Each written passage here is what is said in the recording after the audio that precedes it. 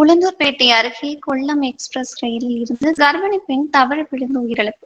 கள்ளக்குறிச்சி மாவட்டம் உளுந்தூர்பேட்டை அருகே சென்னையில் இருந்து கொல்லம் எக்ஸ்பிரஸ் செல்லும் ரயில் நேற்று சென்னையில் இருந்து புறப்பட்டு விருதாச்சலம் நோக்கி வந்து கொண்டிருந்த போது உளுந்தூர்பேட்டை அருகே உள்ள மாம்பாக்கம் என்ற இடத்தில் சென்னை திரிசூலம் பகுதியை சேர்ந்த சுரேஷ்குமார், இவரது மனைவி கஸ்தூரி, வயது 21.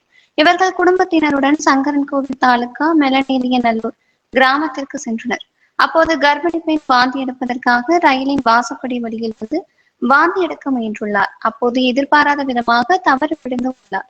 இதில் உடன் வந்த கணவர் மற்றும் அவரது உறவினர்கள் அபாய சங்கிலியை பிடித்து எடுத்த போது அந்த சங்கிலி வேலை செய்யவில்லை என கூறப்படுகிறது.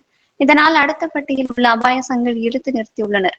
அதற்குள் அந்த ரயில் 8 கிலோமீட்டர் தூரம் கடந்து நின்றது. இரவு நேரம் என்பதால் கர்ப்பிணி பெண்ணை தேடுவதில் உறவினர்கள் நீண்ட நேரம் தேடியும் கிடைக்கவில்லை. மேலும் அங்கு வந்த இருப்பு பாதை போலீசார் உடலை கைப்பற்றி விருதாச்சலம் அரசு மருத்துவமனையில் உடல்கூறு ஆய்வுக்காக சேர்க்கப்பட்டனர். கர்ப்பிணி பெண் உயிரிழந்த சம்பவம் குறித்து விருதாச்சலம் போலீசார் விசாரணை மேற்கொண்டு வருகின்றனர். மேலும் ஓடும் ரயிலில் கர்ப்பிணி பெண் கீழே விழுந்து உயிரிழந்த சம்பவத்தால் உறவினர்கள் மத்தியில் மிகுந்த சோகத்தில் ஆழ்த்தியுள்ளது.